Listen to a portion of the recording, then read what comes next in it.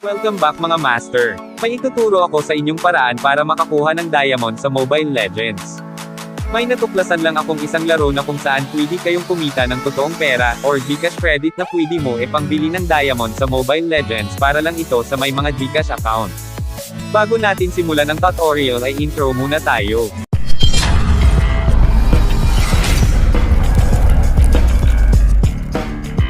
Ito ang TonGitsCo application.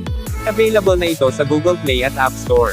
Sa paglalaro ko ng maraming card game app tulad ng TonGits, Zing Play, Funny Game, at iba pa, ngunit ang app na ito ang pinakamaganda kasi pwede kayong mag-withdraw through Gcash anytime.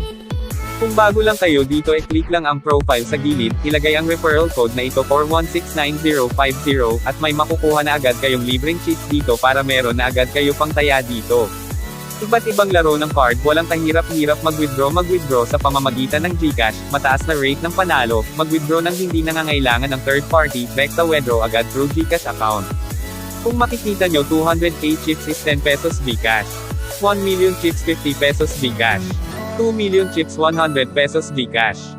Kung gusto mo mag-withdraw, click lang ang confirm tapos ilagay ang iyong Gcash number, siguraduhin tama ito at ilang saglit lang ay mare-receive mo na agad sa iyong Gcash account.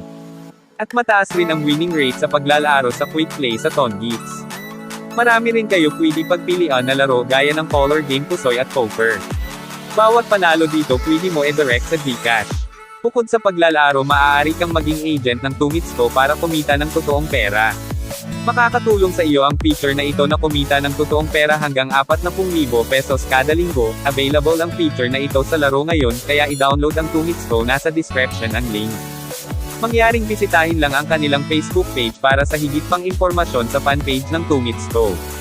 Yun lang mga master, sana nakatulong ako sa inyo. Salamat nga pala sa patuloy na sumusuporta.